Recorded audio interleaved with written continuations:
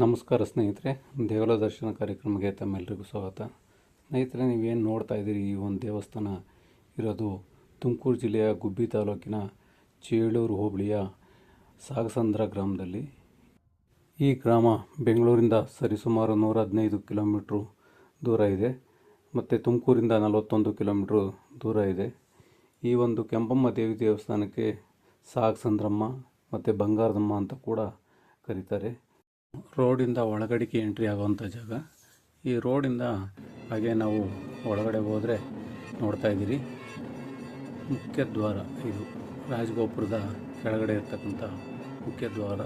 ಈ ಮುಖ್ಯ ದ್ವಾರದಿಂದ ಹಾಗೆ ನಾವು ಒಳಗಡೆ ಎಂಟ್ರಿ ಆದರೆ ಆ ಗಂಟೆಯ ಕೆಳಗಡೆ ಮಾತೆ ಶ್ರೀ ಕೆಂಪಮ್ಮ ದೇವಿಯ ಒಂದು ಪಾದುಕೆಯನ್ನು ಪ್ರತಿಷ್ಠಾಪನೆ ಮಾಡಿದ್ದಾರೆ. ಹಾಗೆ ನಾವು ಮುಂದೆ ಹೋದರೆ ದೇವಸ್ಥಾನದ ಒಳಾಂಗಣ, ಅಂದರೆ ಭಕ್ತಾದಿಗಳು ನಿಂತು ದೇವಿಯ ದರ್ಶನ ಮಾಡಿ ಮಂಗಳಾರತಿ ಪ್ರಸಾದವನ್ನು ಪಡೆಯುವಂಥ ಒಂದು ಸ್ಥಳ. ಏನಪ್ಪ ಈ ದೇವಸ್ಥಾನದ ವಿಶೇಷ ಅಂದರೆ, ನೀವು ಯಾವುದೇ ಒಂದು ಕಷ್ಟ ಕಾರ್ಪಣ್ಯಗಳಿಂದ ಇದ್ದರೂ ಕೂಡ ಅದನ್ನು ಈ ದೇವಿ ನಿವಾರಿಸ್ತಾಳೆ ಅಂತ ಒಂದು ನಂಬಿಕೆ ಇದೆ. ಮತ್ತು ಇಲ್ಲಿ ಹೆಚ್ಚಿನದಾಗಿ ಏನಾದರೂ ಮಾಟ ಮಂತ್ರ ಈ ಥರ ಮಾಡಿದರೆ ಅಂಥದ್ದನ್ನೆಲ್ಲ ನಿವಾರಣೆ ಮಾಡ್ಕೊಳ್ಳೋಂಥ ಒಂದು ಜಾಗ. ಮತ್ತು ಇಲ್ಲಿ ಏನಂದರೆ ವಿಶೇಷ, ಅಲ್ಲಿ ದೇವಿಯ ಮುಂದೆ ಬಿಂದಿಗೆಯಲ್ಲಿ ನೀರಿಟ್ಬಿಟ್ಟು ಆ ನೀರನ್ನು ಯಾರಿಗೆ ಏನು ತೊಂದರೆ ಇರುತ್ತೋ, ಅವ್ರಿಗೆ ಮಾಟ ಮಂತ್ರ ಇರ್ತಿತ್ತೋ ಅಂಥವ್ರ ಮೇಲೆ ಆ ನೀರನ್ನು ಹಾಕೋದ್ರ ಮುಖಾಂತರ ಅಲ್ಲಿ ಪರಿಹಾರ ಸಿಗುತ್ತೆ ಅಂತ ನಂಬಿಕೆ ಇದೆ. ಈ ದೇವಸ್ಥಾನದ ದೇವಿಯ ಎಡಭಾಗದಲ್ಲಿ ಭೂತಪ್ಪ, ನೀವೇನು ನೋಡ್ತಾ ಇದ್ದೀರಿ, ಭೂತಪ್ಪ ಮತ್ತು ಸರ್ಪವನ್ನು ಪ್ರತಿಷ್ಠಾಪನೆ ಮಾಡಲಾಗಿದೆ.